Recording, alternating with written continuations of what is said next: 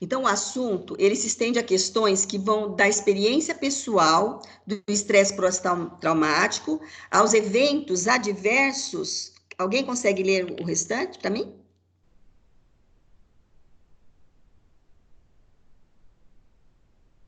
Alguém consegue? O símbolo do microfone fica na frente. Provocadas pelo homem na sociedade. Peraí.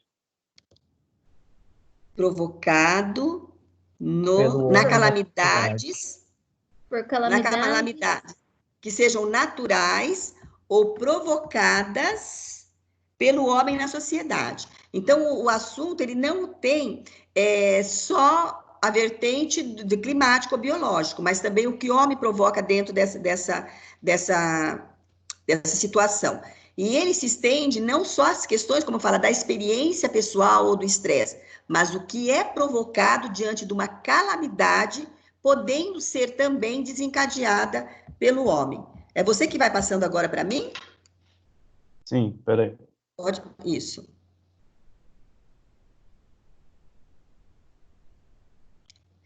O Conselho Federal de Psicologia, ele contribui para o processo de gestão de riscos, que agora, essa nomenclatura. Hoje se trabalha com essa nomenclatura, tá? Não é o psicólogo, de desastres e urgências. Ele trabalha com a gestão de riscos e de desastres. E para pautar as ações e aportes teóricos e conhecimentos teóricos, alinhados a políticas públicas existentes, que possam englobar equipes multidisciplinares. Então, o Conselho Federal de Psicologia, ele fortaleceu, né, o reconhecimento do psicólogo dentro desse contexto, pelos conhecimentos que ele tem do ser humano, do próprio ser humano mesmo. Quando nós falamos de equipe multidisciplinares, nós falamos da Defesa Civil, falamos de Corpo de Bombeiros e até mais do que isso, do Sistema Único de Saúde, que é o SUS, o SUAS, que é o Sistema Único da Assistência Social, que é o SUAS, a educação, a comunidade em risco, eu marquei vários, olha, técnicos, médicos, engenheiros, profissionais de resgate, Cruz Vermelha, Exército, psicólogos, esses fazem parte da gestão de risco. Eles vão fazer um cenário de uma situação que pode acontecer. Nesse cenário vai ser uma prevenção. E eles têm que ter um relacionamento muito bom. O psicólogo, ele não atua na situação do resgate. Ele vai atuar pós-acidente acontecido. Neste momento, quando acontecer o acidente. Na gestão, ele participa de todo o cenário, da prevenção de possíveis riscos que vão acontecer.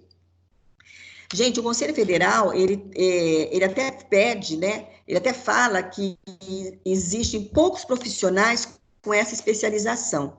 Já existe um livro, inclusive na loja que a gente fala, que vende testes psicológicos aqui, ele já tem esse livro, que é do psicólogo em atuação de gestão de risco e de desastres, né, e urgências. Já existe livros para nós psicólogos relacionado a isso, inclusive especialização.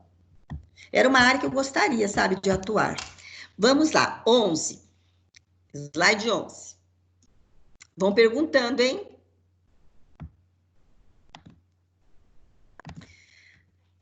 No entendimento de autarquia, o que vem a ser autarquia? É a administração que tem o poder diante da situação, da gestão de risco, tá?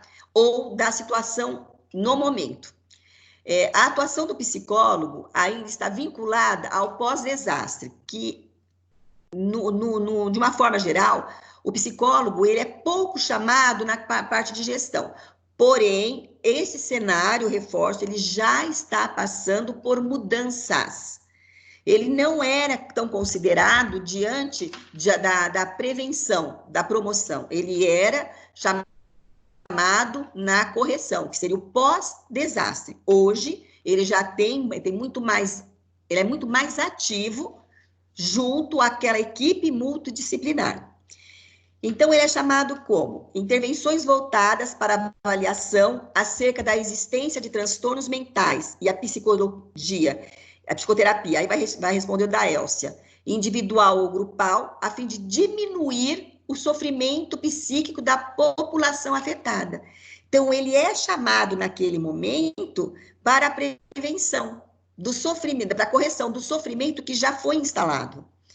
Então, o Conselho Federal de Psicologia, ele vai além. Ele defende o envolvimento do psicólogo em todo o processo de prevenção, da mitigação. O que é mitigação? Da ação, preparação, respostas e recuperação, na perspectiva que já existe essa lei. Então, nós atuamos em 5 situações quando nós estamos fazendo parte dessa gestão de risco, que é a prevenção, a mitigação, que é a ação, a preparação, a resposta e a recuperação.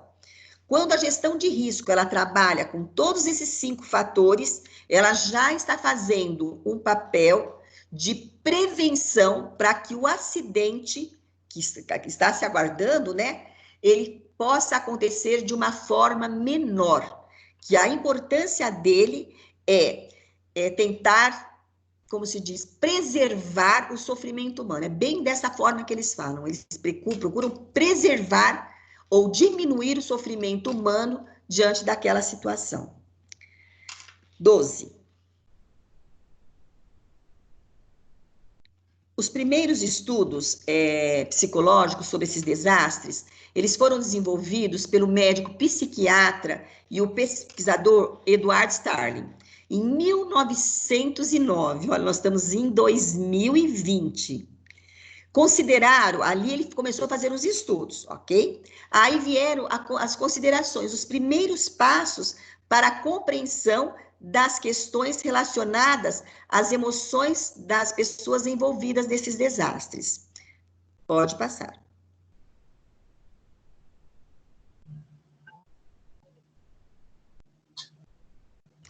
E aí começa, entre 60 e 70, aí a psicologia ela entra realmente, direcionando as suas análises para as reações dos indivíduos no pós-desastre. Então, quando nós trabalhamos nessa gestão de risco, de desastres e urgências, nós trabalhamos já fazendo uma análise do que pode acarretar o sofrimento humano diante de uma situação pós-desastre ou pós-urgência.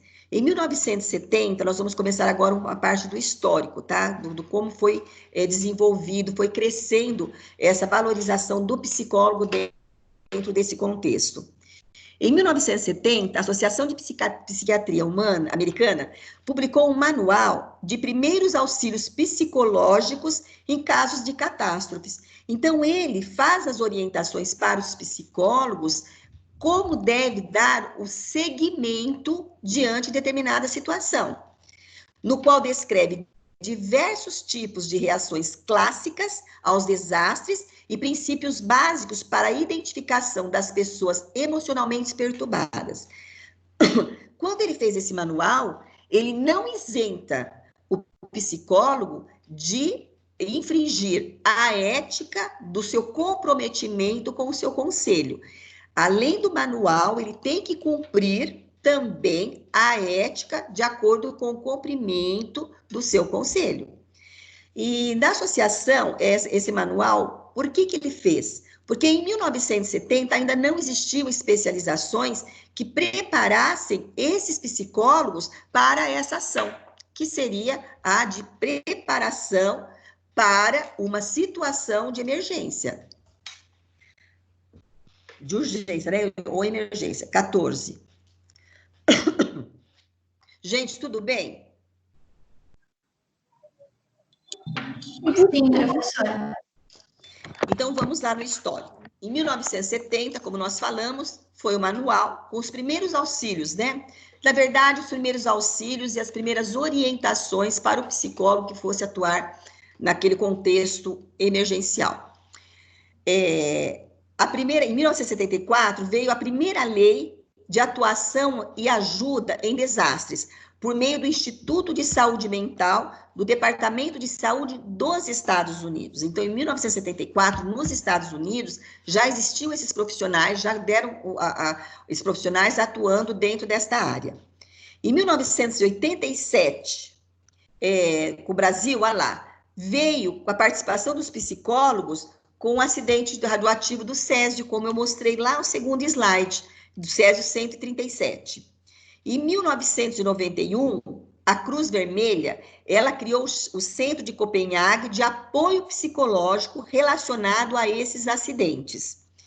Em 2002, teve o primeiro congresso, nós estamos falando de 18 anos atrás, de psicologia das emergências e dos desastres em Lima, no Peru. Em 2006, o primeiro seminário nacional de psicologia das emergências e dos desastres, de uma parceria entre a Secretaria Nacional da Defesa Civil e aí entra o nosso Conselho Federal de Psicologia. E em 2009 veio a Associação Brasileira de Psicologia, que é a ABP, vamos lá? Que realizam a capacitação para indivíduos envolvidos nesse tipo de atendimento. Então, 2009, nós estamos falando há 11 anos atrás, já começou a ter essa preparação. Porém, são poucos profissionais, eu reforço, que estão preparados para isso. Ela não tem tanto assim, é uma área que ela não tem tanta procura. Nós vamos ver lá na frente, vou até adiantar o porquê não tem tanta procura. Porque ele fala também que as faculdades, elas não levam esse conhecimento que vocês estão tendo, essa oportunidade agora, para falar sobre essa área de atuação do psicólogo. Tanto que nós estamos falando de temas emergentes. E vocês estão tendo a oportunidade de conhecer a psicologia na área de emergências e desastres que podem vir a acontecer, né? Então, ele fala bem, as universidades, as instituições que preparam psicólogos, elas não dão ênfase nesta área de atuação do psicólogo. Pode ir?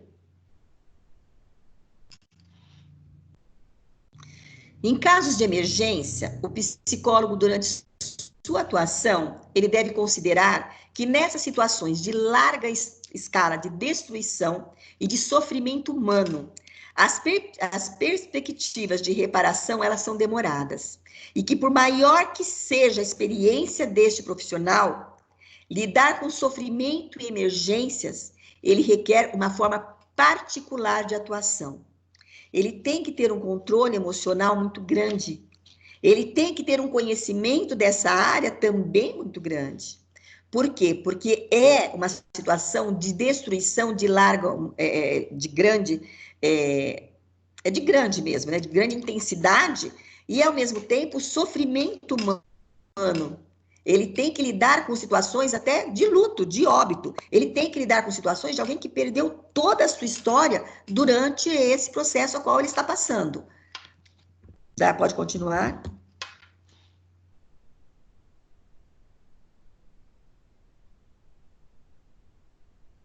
XVI. O campo de atuação. O psicólogo que trabalha nesta área, ele tem contato direto com equipes multidisciplinares. Então, nós temos que respeitar todo profissional. A equipe multidisciplinar, eu trabalho, como vocês sabem, a minha área é organizacional, então eu sempre trabalho com equipe multidisciplinar. E o psicólogo que atua nessa área, ele tem que saber atuar com profissionais formados em outras áreas. Ele não vai conseguir atuar sozinho. Pelo contrário, se ele não chegar com seu conhecimento, é necessário, neste momento, ter uma equipe, trabalhar com essa equipe multidisciplinar de uma forma sinérgica para que aquele que está passando pelo sofrimento, ele não seja afetado por aquela situação de uma forma geral. Passamos isso ontem. Alguém acompanhou ontem sobre a secretária da Saúde? Sim. O que aconteceu? O que estava para acontecer?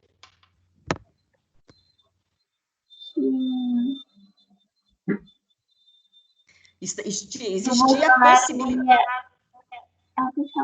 O presidente, existia a possibilidade dele dispensar o nosso secretário da Saúde que está atuando e colocar um outro secretário da Saúde. Existia essa possibilidade, não vamos falar da política, mas nessa situação, Quem que passou a sofrer insegurança com tudo isso, que eles não estão em sinergia, não estão em harmonia, está afetando a quem? A nós, povo brasileiro, de uma forma geral, por uma falta de coesão, de sinergia, de entendimento da equipe multidisciplinar, diante de uma pandemia que está passando, que nós estamos passando. Esse é só um exemplo para vocês entenderem a necessidade, a importância de nós, por muitos momentos, temos que ser humilde e reconhecer. Eu não tenho conhecimento na área médica, você é médico, você assume. Eu não tenho conhecimento na área de bombeirista, você assume. Então, a equipe multidisciplinar, ela vem para ela agregar cada profissional de áreas diferentes, elas vão se agregar, e esse formato é que vai fazer com que eles atuem com assertividade, com sabedoria para diminuir o sofrimento humano. Este ramo da psicologia está também estreitamente ligado às outras áreas da psicologia, com a psicologia clínica, a psicologia organizacional, a psicologia social e da comunidade, entre outras. Aqui a figura acho que comeu. Passa para mim, fazendo o favor. Porém, no slide seguinte, pode passar, viu? Vocês vão ver, não é nesse slide, no próximo, que a social e comunitária é que mais se identifica com essa área de emergência e desastre. Ninguém deve se colocar... Retorna. Pode retornar. Isso. Ninguém deve se colocar como herói, tampouco nós psicólogos, pois as intervenções e situações de emergências e desastres ocorrem pontualmente por um período de tempo determinado. Esses desastres, eles conseguem... Olha, vai iniciar tal e vai terminar tal. Na situação de desastre que nós temos muito naquela região de praia, tipo Ubatuba, Rio de Janeiro. Janeiro é uma época que tem muito desastre climático.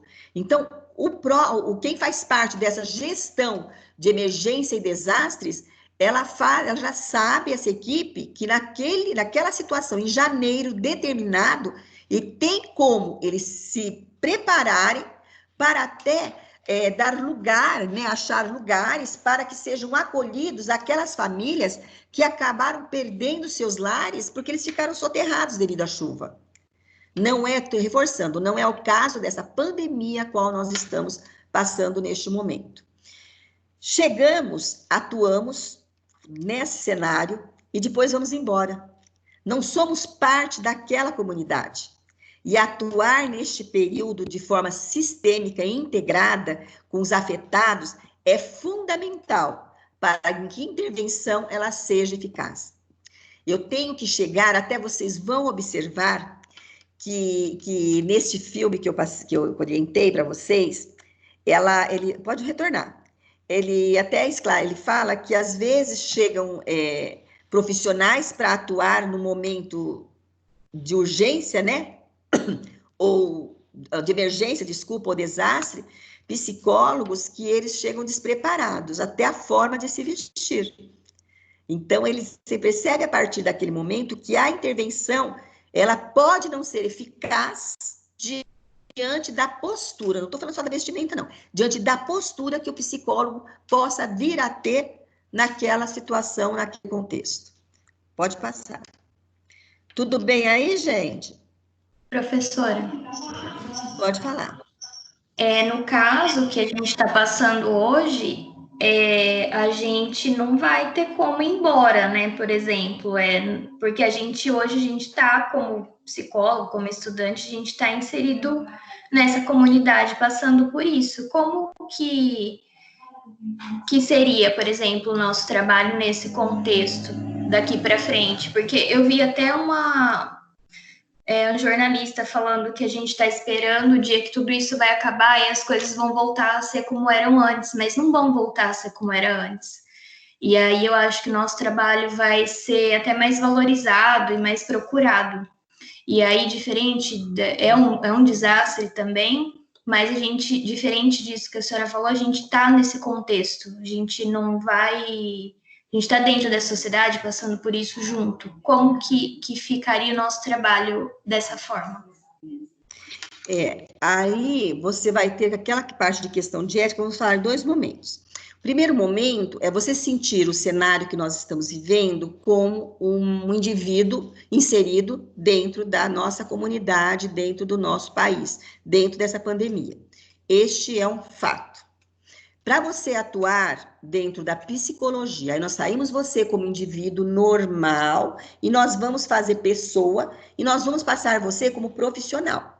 Dentro do seu profissional, isso não pode deixar de interferir. Você tem que estar, por isso que nós falamos lá atrás, aquele profissional, ele tem que estar preparado emocionalmente para receber, né, as informações, as frustrações, a insegurança, o medo, a incerteza, o luto daqueles que vão nos procurar. Eu assisti o que essa repórter falou e ela foi muito infeliz. Porque nós não podemos afirmar que nós não vamos ser a mesma. Isso é muito subjetivo. Vai depender de indivíduo para indivíduo. Porque tem muitos que com isolamento social, eles entram realmente, realmente. Eu tenho amigos que ligam para saber como que ele vai sair, como que ele vai fazer. Eu tenho uma amiga que ela já está isolada há mais de 30 dias, com receio do que ia acontecer. Né, que agora que nós estamos em 15, ela já vai ficar mais de 45 dias dessa forma. Mas é muito subjetivo. Tem outros que eles vão ter mais cuidado ao lavar a mão, ao ter contato com as pessoas. Esse receio, ele vai demorar um tempo para que a gente assimile. Mas afirmar categoricamente que nós não vamos ser mais os mesmos é muito subjetivo. Vai depender de indivíduo para indivíduo. Esse é um fato. Então, reforçando, nós atendemos indivíduos, quando você aceita ser voluntário, você não está atendendo só, hoje inclusive passou, psicólogos, hoje no jornal das 2 falou sobre isso, psicólogos que estão atendendo só na nossa região de Bauru. Nós temos psicólogos lá em São Paulo que eles são voluntários, eles estão atendendo várias pessoas de outros estados, inclusive médicos. Você está naquele contexto neste momento. Depois, como psicólogo, depois você vai voltar à sua área de atuação normal, tá? Então, fique bem claro. Tem que saber diferenciar, né? Sim, esse é o nosso papel quando a gente fala da ética, do comprometimento e o preparo nosso emocional. Se eu estou no isolamento social e eu estou me sentindo ansiosa, eu sou psicóloga, tá? Eu sou ansiosa, nervosa, sabe, me sentindo realmente estressada. Como que eu vou me submeter a oferecer o meu trabalho para que eu possa amenizar o sofrimento do outro, se eu não estou preparada comigo mesma? Por isso que é necessário, você falou exatamente, Aline, ter essa diferenciação. O eu, Claudineia, e eu, a profissional Claudineia. Ok? Ok, obrigada, professora. Olha, para subsidiar, acho que nós falamos, né? Ah lá, isso aí já falei no slide anterior, que aí ele vem reforçando da importância desse profissional, psicólogo, que se ele seja contratado ou seja voluntário numa situação de emergência, de desastre, ele não pode, tá, infringir o código de ética e outras, olha lá, e outras regulamentações normativas da nossa categoria. Então, mesmo que eu esteja contratado ou se eu estou sendo voluntário, eu tenho que respeitar o meu código de ética. Sobre a atuação da psicologia, qual é o objetivo dela? Contribuir para que as situações caracterizadas como emergência ou desastres, elas sejam de forma ética e também competente.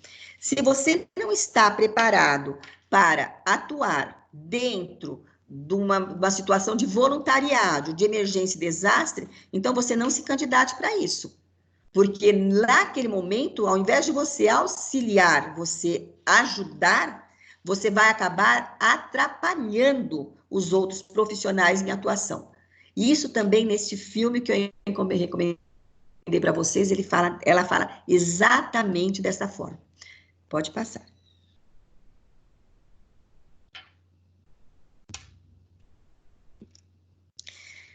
Pesquisadores da área afirmam que as técnicas consideradas tradicionais, que propõem intervenções individuais, contribuem menos nessas situações.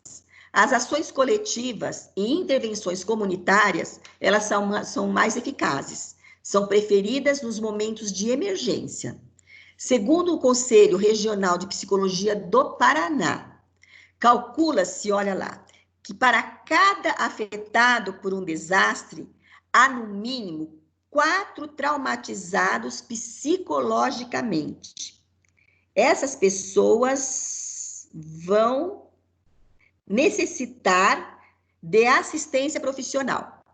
Então, daquele momento do desastre, as técnicas consideradas tradicionais, ela não vai ter tanta, não é que ele fala que não tem, ela não contribui tanto, ela contribui menos do que aquelas as quais vocês vão ver que é a comunitária e a social. Porque é uma necessidade, digamos assim, que o psicólogo, quando ele vai para essas situações, ele saiba trabalhar com causas sociais, com causas comunitárias. Por isso que ele fala que as ações devem ser coletivas e intervenções comunitárias. Pode passar. Aqui ele valoriza, né, também reforçando o SUAS. O SUAS, que é o Serviço Único de Assistência Social, ele veio valorizar muito o nosso profissional, nossos psicólogos e assistentes sociais, diante desse contexto. Ele teve ali, olha, ele fala, um importante papel no processo de sensibilização e comunicação comunitária que precisa ser desenvolvido nas áreas de risco por todo o Brasil. Então, a psicologia e a assistência... Oi? Professora, eu tenho uma dúvida. É a Nicole. Oi, Nicole. O que seriam daí essas intervenções comunitárias? E como que eu poderia estar utilizando elas, sem ser as técnicas tradicionais, então? Nós vamos falar lá para frente, mas eu vou já adiantar para você. Ele atua dentro da comunidade, identificando, exemplo, eu tive que, como eu posso dizer, trazer a comunidade, de uma forma geral, para um local mais seguro. Muitos, eles abrem campos, escolas. O papel do psicólogo é fazer intervenções diante aquele público a qual ele está, naquele momento, acolhido em situações em locais mais seguros. Ele atua com a mesma forma que nós trabalhamos como social e comunitário. Eu posso levar atividades, mas primeiro eu tenho que conhecer... coletivo, então? Oi? Então, eu sempre vou trabalhando mais com o coletivo, então, do que individual? Deve-se trabalhar com o coletivo. Deve-se trabalhar com o coletivo. Quando eu posso fazer, naquele momento, o acolhimento psicológico individual, se sentir a necessidade que determinado indivíduo se encontra em transtorno. Uhum. Porém, o meu objetivo é o coletivo. É o coletivo. Tá bom? Tanto que vocês vão ver que ele tem um tempo até mais ou menos previsto de quanto tempo fica um psicólogo diante de uma situação de risco, podendo ser trocado. Porque ele também tem uma sobrecarga emocional muito grande. E aí percebe-se que as intervenções psicossociais produzem certa diminuição do dano em situações que há possibilidade de ocorrência de desastres. Exemplo, nesse aqui ele fala, percebe-se que as intervenções psicossociais produzem certa diminuição do dano, ele quer dizer que são aqueles desastres que já existe uma prevenção de que ele vai ocorrer. Exemplo das chuvas que acontece lá naquelas cidades praianas a qual eu citei, tá? As intervenções psicossociais, o indivíduo, ele passa por aquela situação, mas ele sabe que ele vai ter o apoio da equipe multidisciplinar e ele vai ser socorrido para determinado lugar diante de determinado tempo. E esses profissionais, mesmo atuando de modo pontual, o qual esse que eu citei, e sem o adequado amparo e apoio governamental, porque tem muitos voluntários que trabalham para isso, tem conseguido o desenvolvimento sustentável da sociedade a partir da mobilização da comunidade em busca da garantia de vários direitos e a educação para a redução de risco. Aí vai de acordo com o que a Aline perguntou, não sei se foi a Aline ou a Nicole, que perguntou sobre os psicólogos que estão fazendo trabalho de voluntários. Está perfeito. Naquele momento, nós estamos nesse, pontual. Nós sabemos que a previsão é até quando mesmo? O pico é até quando? Parece que é agora, abril e maio. O pico é entre abril e maio, exatamente. Então, nós sabemos que pontualmente, abril e maio, eu, como voluntária, eu posso estar fazendo atendimentos, né, de acolhimento para aqueles que me procurarem. Ok? Pode passar. Pode passar enquanto estou falando. E aí ele se fala que a possibilidade até de setembro ainda ter algum resquício. Não. Quando acabar o isolamento social e todos começarem a ter uma vida normal, né, se adaptando à nova situação, acaba-se o voluntariado. Vai dar continuidade ao atendimento voluntário ou não, se você quiser. Se não, não tem essa necessidade. Ele vem de encontro também, contribuir no preparo, olha aqui, Aline, a Nicole ou a Aline que me perguntaram, contribuir no preparo da comunidade para a situação de desastre, a partir de um olhar ampliado sobre as relações que as pessoas estabelecem entre si, com os espaços e com o ambiente. Auxiliar no fortalecimento das relações comunitárias, favorecendo que se agreguem as capacidades e competências das comunidades para solucionar as crises locais por meio da criação de redes formais e informais, que é o que já discutimos isso.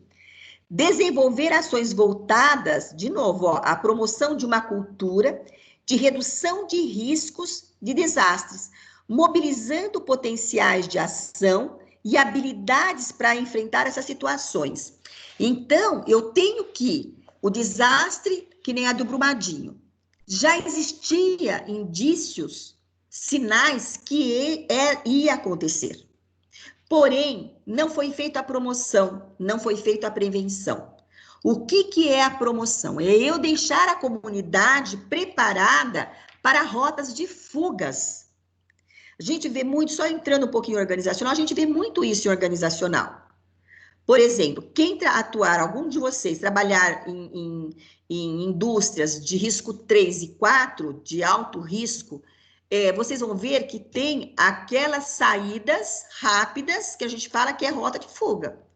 É uma rota que a própria, quem faz parte da brigada, ela orienta e tem treinamentos para que você, no momento do acidente, do desastre, você saia por ela.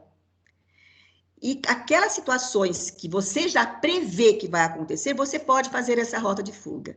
De Brumadinho, poderia ser evitado um desastre da forma que foi? Com certeza. Tivemos profissionais omissos, né? Não importa agora esse momento, que ficaram omissos a essa situação. Tanto que eu vi até na televisão, em vídeos, que se fala que existia uma profissional de Brumadinho, dessa empresa, né, dessa usina, e que ela pegou o carro, saiu, a hora que ela saiu, ela saiu diante de água, ela não tinha ciência das rotas realmente que ela poderia sair num caso de emergência. Tanto que os profissionais que trabalhavam naquela empresa morreram, porque eles não conheciam como em casos de emergência eu poderia ter uma rota a qual eu poderia me assegurar, né, ou ter segurança. Complicado, pode passar.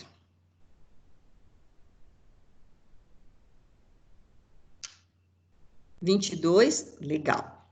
Aí ele entra na área da psicologia que mais está preparada para esse momento, que é a psicologia social comunitária.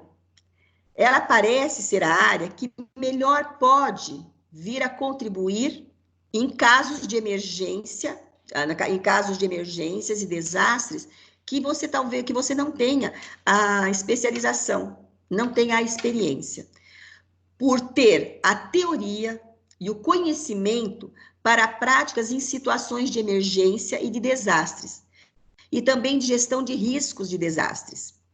Ela se pauta principalmente pela busca da qualidade de vida, pela ética da solidariedade, não pela individualidade, e pela defesa dos direitos fundamentais do cidadão, e no caso dos afetados. Então, aqueles que atuam na área social e comunitária, ele está mais preparado porque ele já tem experiência, tem conhecimento de trabalhar com o coletivo. Para ele vai ser muito mais, não digo mais fácil, mas ele vai agregar muito mais à equipe pelos conhecimentos que ele tem. Pode passar.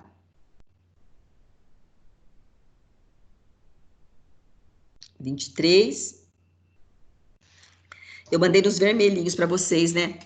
Em situações de desastre, esses vermelhinhos vocês vão passar, tá? Eu deixei vermelhinho para vocês se atentarem a eles.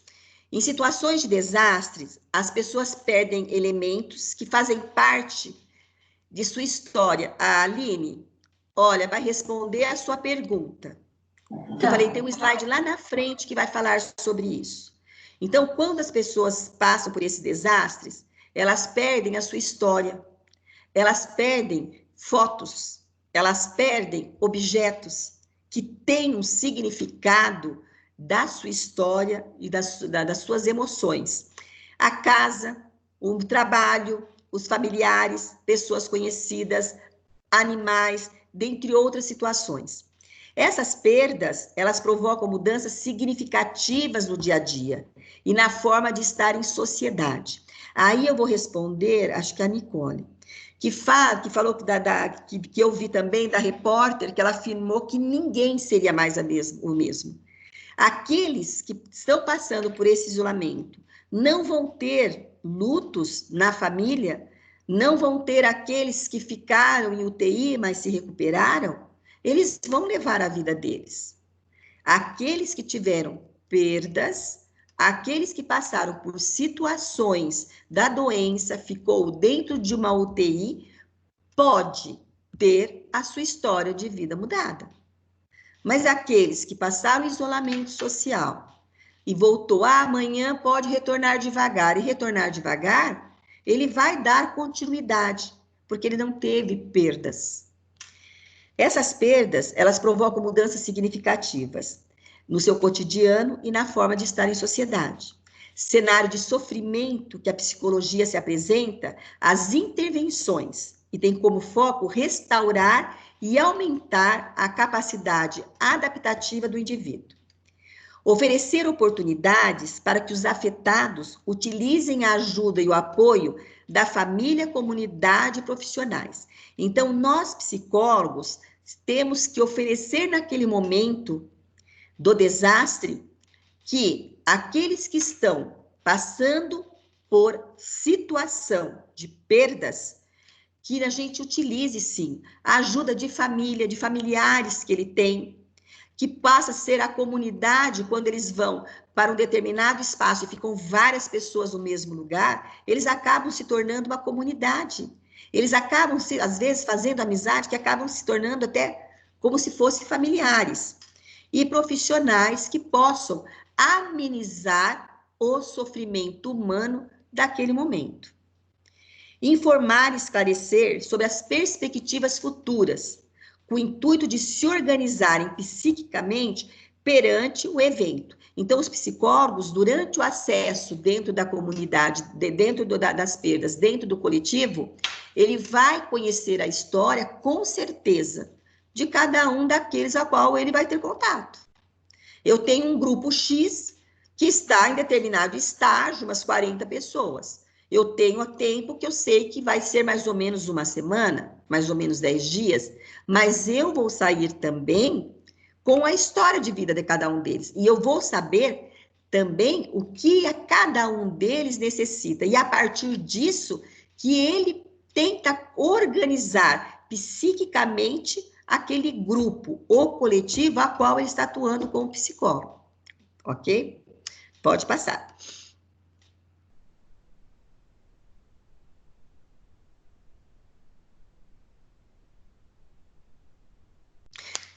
Vamos lá. Nesse campo terapêutico, a gente trabalha com um briefing que ele passa, fala assim, que são informações, tá? Então, nesse campo terapêutico, o atendimento às emoções terapêuticas, elas são chamadas como debriefing. E é um termo genérico e que ele se refere a quê? Intervenções imediatas após um trauma. E são mudadas por período até de 3 dias. Então, ele pega desse debriefing, ele acredita que o profissional vai atuar 3 dias, só para procurar aliviar. Oi? E aí, Bernardo, você ganhou? E procuram aliviar o estresse com o objetivo de evitar patologias de longa duração. Mas o debriefing, acho que está no segundo vermelhinho. Eu vou falar, mas vocês depois podem até pular o 25, tá? Mas esse termo e essa prática, ela vem sendo questionada, viu? Por muitos terapeutas. Por quê? Porque 3 dias não é prazo suficiente para você fazer intervenções imediatas. Você não sabe quanto tempo vai ser necessário você estar atuando dentro daquele contexto coletivo. Não tem como você saber. Então, o debriefing, ele fala 3 dias, mas pode ser uma semana, pode ser 10 dias, 15 dias, dependendo de cada situação. Nós sabemos que o voluntariado de psicólogos vai ser de 2 a 3 meses, né? Já tem o tempo estipulado. E como que eu vou falar que nesse momento que nós estamos passando, considerando que nós estamos entrando no pico, daqui 3 dias eu não vou atuar mais dentro de uma situação do desastre, dessa pandemia a qual nós estamos passando? Não tem como. Pode passar o 25 também.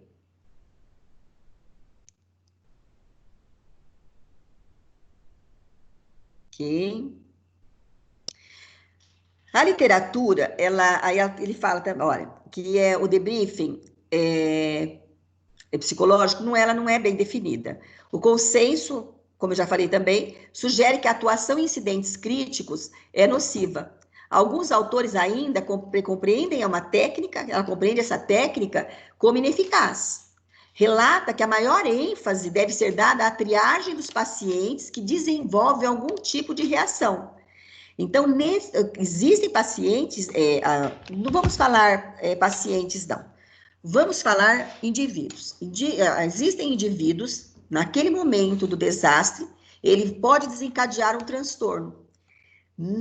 Determinado indivíduo, ele vai precisar não do atendimento clínico, mas de um atendimento mais próximo para amenizar o sofrimento dele dentro do contexto ao qual ele está inserido. Vão ser 3 dias? 4 dias? Vai ser o tempo que eu estiver ali. Individualmente? Não. Primeiro eu vou ter o acesso, sim, individual, porque está no transtorno. Mas eu vou inseri-lo no coletivo de acordo com o que ele vai sentindo. Porque a hora que eu, como terapeuta, como psicólogo, eu vou estar me distanciando, porque a situação, ela já amenizou, não existe a necessidade, eu vou estar me afastando. E eu não posso, não é orientado que você não entre no atendimento clínico numa situação de emergência e desastre. Pode dar continuidade.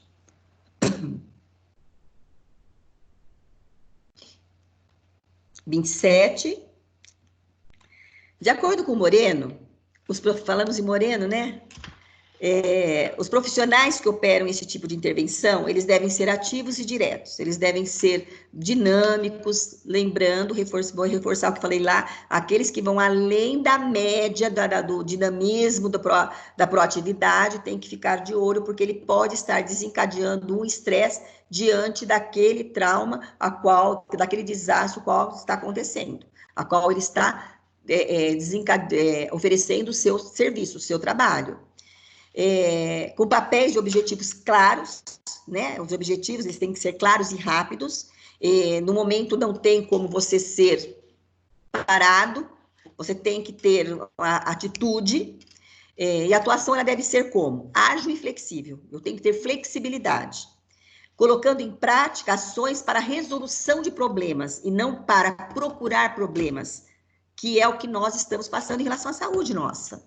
Não estamos procurando prática, ação para ter uma coisa mais rápida, não. Nós temos que resolver os problemas. E para a superação das múltiplas dificuldades que possam surgir. Então, eu tenho também, como psicólogo, atuando em emergência de desastres, através das minhas experiências, dos meus conhecimentos, eu vou adquirindo o quê? Situações, habilidades, vamos dizer assim, para superar as múltiplas dificuldades que podem vir a aparecer. Que nós vamos trabalhar com perdas, né? Com dor, com sofrimento humano. 28. Essa figura do 27 eu gosto muito, viu? É bem o papel mesmo do... Por outro lado, vários autores mencionam 5 componentes fundamentais que devem estar presentes a serem seguidos numa intervenção em crise, apresentados como fases e estágios de intervenção. Quando eu falei aqueles 5 outros momentos que nós citamos lá atrás, que eu até anotei aqui, lá atrás, ele não é esses 5 momentos aqui. O que nós citamos lá é como trabalha a gestão de riscos de emergências e desastres, que são a prevenção, a preparação, a prevenção, resposta, recuperação e reconstrução. Neste aqui, nós falamos que são as 5 situações para uma intervenção de risco. Estabelecer o contato psicológico, analisar o problema de uma forma assertiva, objetiva, sem deixar que os seus fatores emocionais interfiram naquele momento. Analisar as possíveis soluções, assistir para executar as ações concretas, procure saber, conhecer o trabalho da equipe multidisciplinar. Procure entender como eles estão trabalhando ali. Você tem que entender o contexto ao qual você está.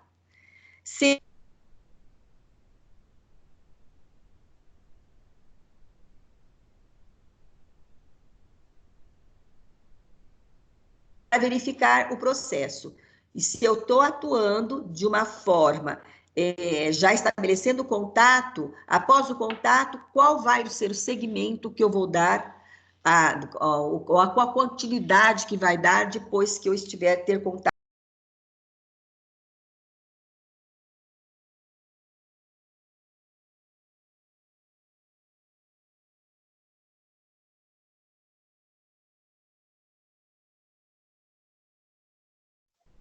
Sim.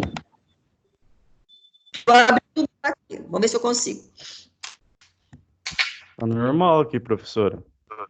O meu caiu. O meu caiu, mas agora voltou. Professora.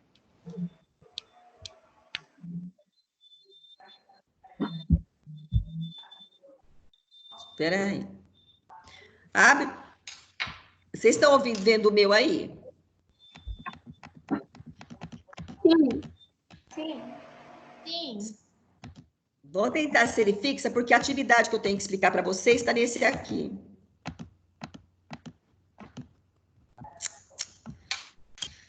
Professora, eu posso parar o meu aqui?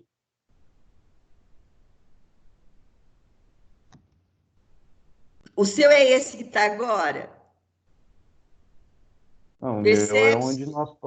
Meu, onde nós paramos, no slide 28. Não. Deixa eu ver se eu consegui com o meu. Deixa eu ver se eu consigo seguir o meu. Peraí. Jonas, obrigada, hein? Imagina. Aqui, tá. Legal. Vou tentar, Jonas. Então, a saúde mental, ela precisa ser pensada de forma multiprofissional, considerando, inclusive, as construções sócio-históricas dos envolvidos e a cultura dos locais em que as emergências e os desastres acontecem. Saber a situação sócio-histórica, a cultura, a situação também financeira, né? Os recursos financeiros que aquela comunidade que aconteceu esse desastre, ela tem. Vamos falar do nosso momento, da pandemia. Esse desastre que estão todos muito preocupados, por que existe essa preocupação? Porque a pandemia, o pico ainda não chegou, como eles dizem, nas classes sociais carentes, porque eles vão estar vindo em muitos, porque a situação de isolamento social, muitos dali, eles não estão fazendo, não têm condições de fazer. É isso que ele está querendo dizer aqui. Quando chegar muitos daqueles que vão estar vindo, procurando, precisando do atendimento até intensivo do SUS, emocionalmente eles vão estar muito fragilizados, tanto quanto qualquer outro.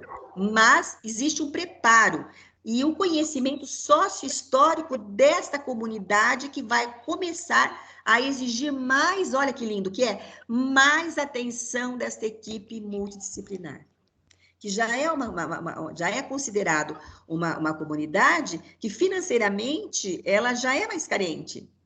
Ela não só isso, mas a parte em termos de estrutura familiar também ela é mais carente. Então, a equipe multidisciplinar, principalmente nós psicólogos ou assistentes sociais, temos que entender e conhecer essa comunidade. A psicologia, ela tem contribuído nessas situações, olha que lindo esse parágrafo, gente, de maneira desafiadora. Nós nós gostamos do desafio. Nós não somos psicólogos e vocês não estão estudando psicologia por acaso. E corajosas, uma vez que mostrou necessário rever alguns posicionamentos tradicionais para construir a abordagem que se mostrasse adequada e necessária para a demanda. Então, nós temos hoje uma abordagem, olha lá, que vai atender uma demanda de situações de emergência e desastres. Nós temos essa área. Pouco se conhece outras profissões que são formados e têm especialização de atuação simplesmente nessa área. O risco é constante, é inerente à ocupação, à atuação, vai começar. Exigindo desses profissionais respostas rápidas, assertivas, uma vez que atuam em incêndios, acidentes, terremotos, atentados, riscos biológicos e outros tipos de desastres, que a gente fala, desastres biológicos. É importante ressaltar que as constantes exposições e atuação do profissional após o evento pode levar ao adoecimento dos profissionais. Nós temos evidenciado muitos profissionais já doentes emocionalmente. Por que nós já estamos evidenciando isso? É mundial. Porque além desses profissionais da saúde estar perdendo pessoas que eles às vezes nem conhecem, eles dói muito. Se médicos trabalham com luto, eles estão perdendo colegas de trabalho para esse vírus. Então, muitos estão adoecendo emocionalmente. Franco, ele coloca o luto como a emoção mais poderosas que o ser humano pode viver, pois ninguém permanece o mesmo após viver um luto. Ele provoca inevitavelmente uma transformação ampla e profunda, muito mais do que uma experiência dolorosa. Oi? Aí nós vamos falar de Brumadinho, né? De Brumadinho, que a gente observou muito é luto. O que teve o luto maior? Familiares perdendo os filhos netos, esposo, esposa. Então, quando se perde com o luto, é muito triste. E aí, fala-se novamente da importância do psicólogo, naquele momento, ele ter um preparo emocional para trabalhar situações que independe dele ser um bom profissional ou não. É um luto.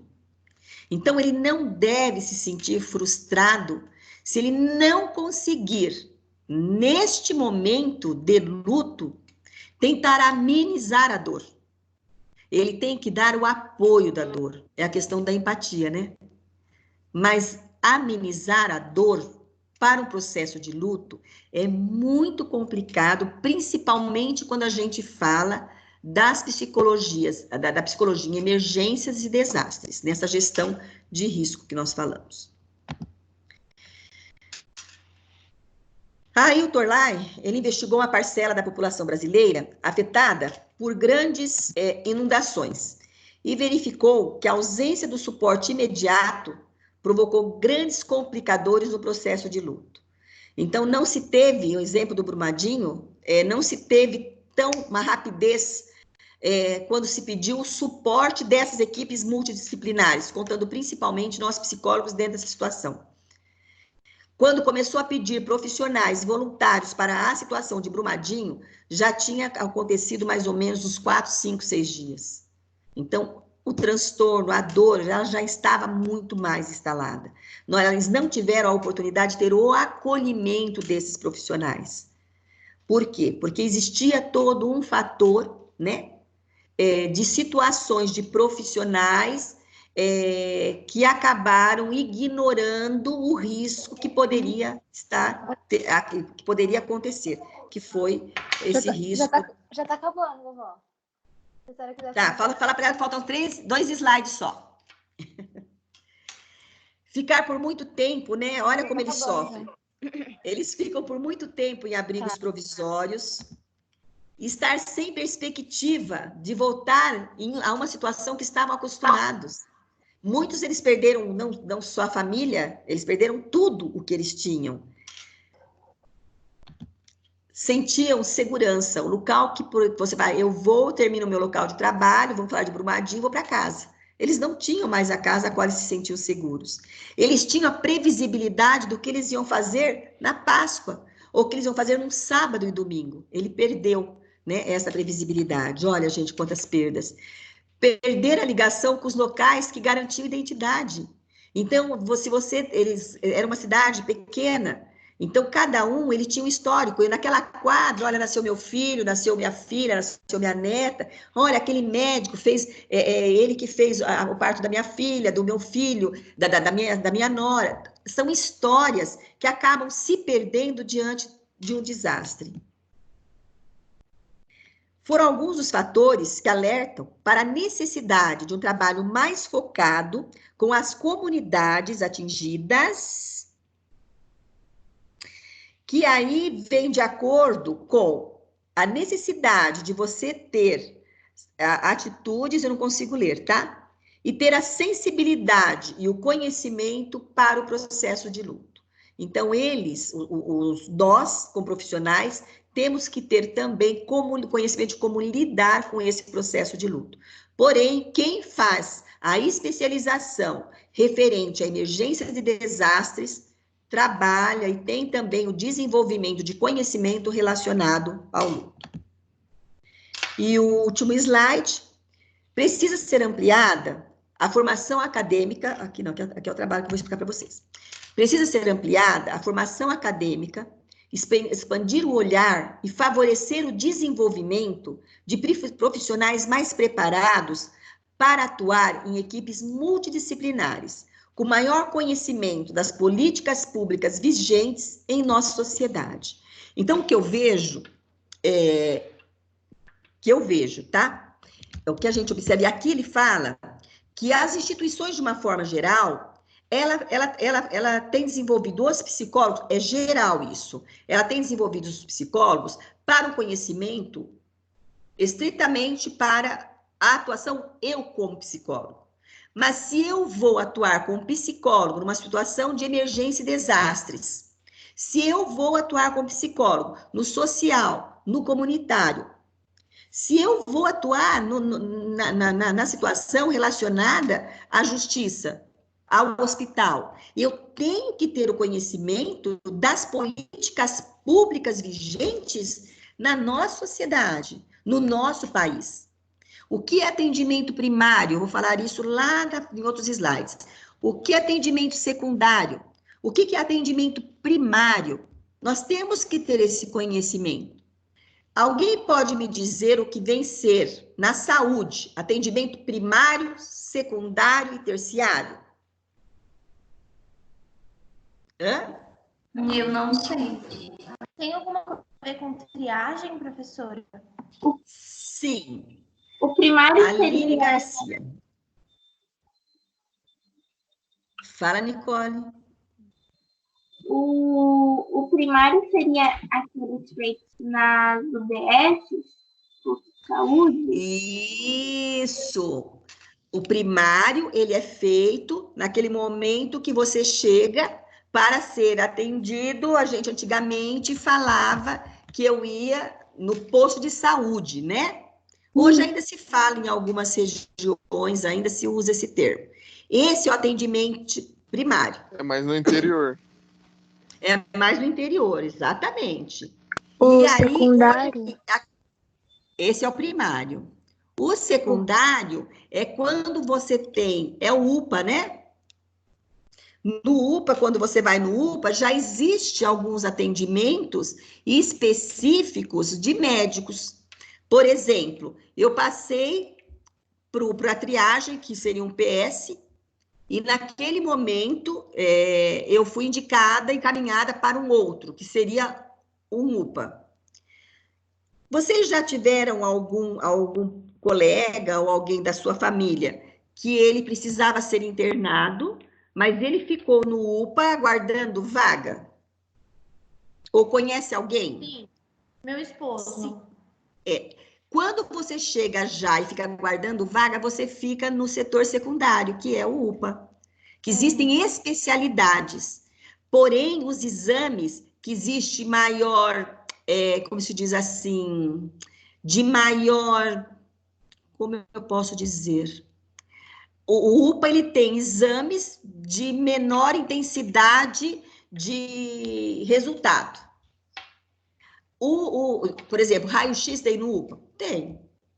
Agora, quando eu vou para uma situação de terciário, eu vou direto, já são nos hospitais. Os hospitais já são considerados atendimentos terciários, porque já existem especialidades, tipo assim, o neuropediatra. Se eu vou no UPA, tem um pediatra, mas não existe a especialidade neuropediatra. Se eu sou encaminhada para um hospital que é o terciário, eu vou encaminhar para um especialista neuropediatra. E os exames de grande complexidade também centralizados dentro do setor terciário. Isso é política pública. Nós temos que ter este conhecimento para atuar numa situação como essa, para atuar dentro de uma psicologia social, dentro da psicologia comunitária. Precisamos falar de emergências e desastres. Os alunos precisam minimamente estar preparados para atuar com essas demandas, pois exige muita flexibilidade a seu favor. E agora, hein? Em seu favor, quem consegue ler? É comportamento, acho que profissional. Então, neste momento, os alunos, além deles aprenderem, né, com detalhes, essas diferenças e o que vem a ser essa área da psicologia, é necessário também que ele tenha flexibilidade para adquirir este conhecimento. Tudo bem? Alguma dúvida? Não? Nós vamos para o último slide, que são as orientações do trabalho, que tem que ser entregue. No momento, as provas estão canceladas, tá? elas foram canceladas, não estou dizendo que elas não vão acontecer. Para nós temos que ter um dia X para inserir todas as notas dos trabalhos.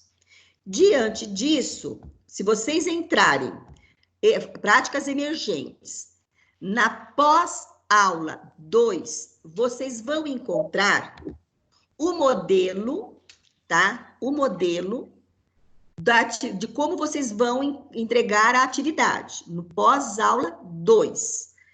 Como ali você vai ter todas as situações de, por exemplo, o que eu vou inserir? Tem um sumário, tem a capa com o nome da disciplina, com todos os seus dados.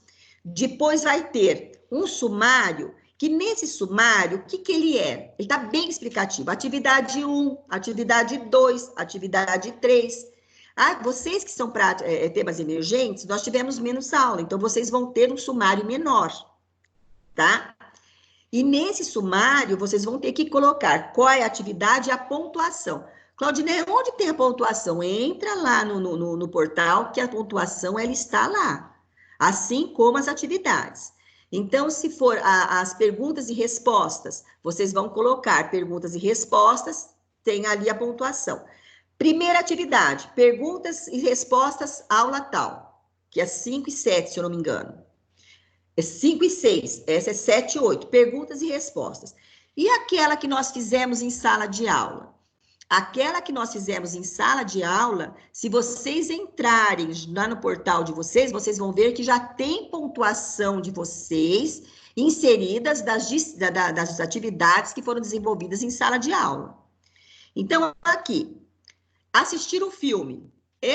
Assistir o filme é só uma orientação. Assistam, gente, ele é 28 minutos.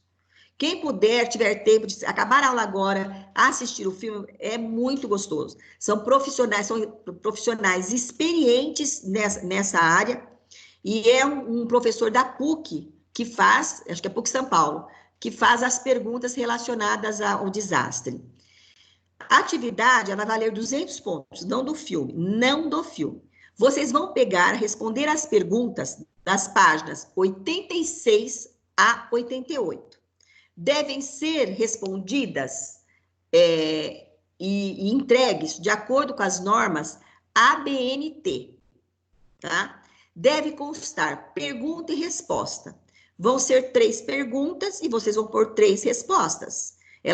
As perguntas devem ser copiadas, digitadas, né? Precisam entregar tudo nas normas ABNT, e depois as respostas. Como é xizinho, vocês vão colocar na própria pergunta.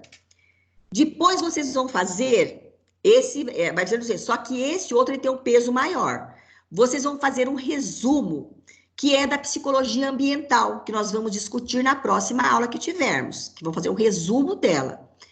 Vocês vão fazer um resumo do conteúdo das páginas 87 a 96. Vão valer 300 pontos. Nas normas ABNT, e o número máximo de páginas vão ser 4 páginas. Elas vão ser individuais. Este resumo, ele vai ter no seminário. Ela é a última atividade, então, atividade tanto, resumo das páginas tal. Eu vou ler cada atividade individualmente. Se eu identificar que esse resumo, ele está copia e cola do colega, eu desconsidero os 300 pontos dos dois.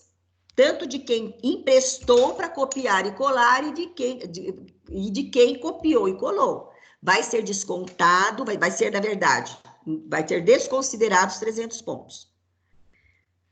Então, está tudo explicadinho, já está o anexo na pós-aula 2. Qualquer dúvida, o modelo também já está lá, e o modelo também já está. O Jonas, já passei para o Jonas, já passei para o... Jonas, já passei para você? Eu acho que já. Para o Eduardo também já passei. Então, vocês têm acesso ao modelo que tem que fazer. Qualquer dúvida, eu estou à disposição. Vão enviar para onde isso aí? Para o meu e-mail, eu abri um e-mail, o e-mail, ele está lá, mas não tem como eu copiar aqui. Mas ele está Está escrito lá direitinho qual e-mail que vocês têm que enviar. Não é o UOL, não vou receber pelo UOL, não vou receber pela faculdade, porque... Oi? São muitos trabalhos e vai encher a minha caixa das duas. Então, eu abri um e-mail, que esse e-mail, ele é só para receber os trabalhos, tanto de teoria e técnicas de grupo, como temas emergentes. Alguma dúvida? Professora, esse modelo, como a gente também tem bastante atividade do teorias e técnicas em grupo, esse modelo a gente vai poder usar também para a matéria de segunda-feira ou não? É só para essa de hoje? É o mesmo modelo. Eu padronizei o modelo para as duas. Tá? É que ontem a gente ficou com essa dúvida também, aí hoje eu vi, eu até baixei já. Ele fica mais fácil mesmo da gente fazer as atividades tudo em um lugar só. Sim, uma aluna já tinha dado uma sugestão ontem, mas, como eu falei com o Eduardo, nós, professores, recebemos essa orientação hoje de manhã. Então, a aluna deu uma sugestão, eu achei ótimo a hora que ela falou. Oi? Pode falar. Gente, alguém quer fazer uma pergunta? É o momento de vocês fazerem pergunta para mim. Claudineia, a respeito das páginas do livro, não seria a partir da página 82? Tem duas. A minha, bom, aí que o Eduardo também falou comigo sobre isso. O meu livro parece que não está batendo com a página de vocês. Então, vamos fazer o seguinte: as páginas que vocês vão fazer as perguntas, está falando da pergunta? Das perguntas? As perguntas que é da seção 2.1, né? Eu não sei. Porque tem uma outra página, tem uma outra que vocês vão ter que responder. Essas das 86 a 88, ela é sobre o psicologia no desastres e urgências. Essa responder das páginas 86 a 88. Ela é desse capítulo. Ok? Ok, Brenda? Professora, eu acho que é da... É a seção do livro mesmo, né? Então, ela é relacionada a essa psicologia. Sim, que são outras páginas, não são essas, pelo menos no livro que eu baixei, não são 86 e 88, são outras páginas. E o Eduardo já tinha falado que o meu livro, é estranho, né? Ele está com páginas diferentes. E deve ser o mesmo livro único. Mas é a página... Então é isso. Tá. Mas são aquelas que estão no final do capítulo, né? Isso, todas elas. São 3 questões. Tá. Todos eles têm 3 questões. Tá? Olha, então, deixa eu reforçar. O resumo do conteúdo, então, é da psicologia ambiental. Talvez não bata a página. É relacionado, eu vou corrigir esse slide e vou passar lá. É relacionado, então, à psicologia ambiental. Ok? Ok. Então, boa noite para vocês. Eu espero que vocês estejam com um bom descanso. Eu espero que vocês estejam se cuidando, tá? Fazendo o isolamento necessário. Que é nossa vida que está realmente... Hã? A senhora também. Tá jóia, então. Gente, boa noite. É sempre muito bom estar com vocês. Boa noite. Beijo. Boa noite, professora. Tchau. Boa noite. Tchau, gente. Boa noite. Tchau. Boa noite.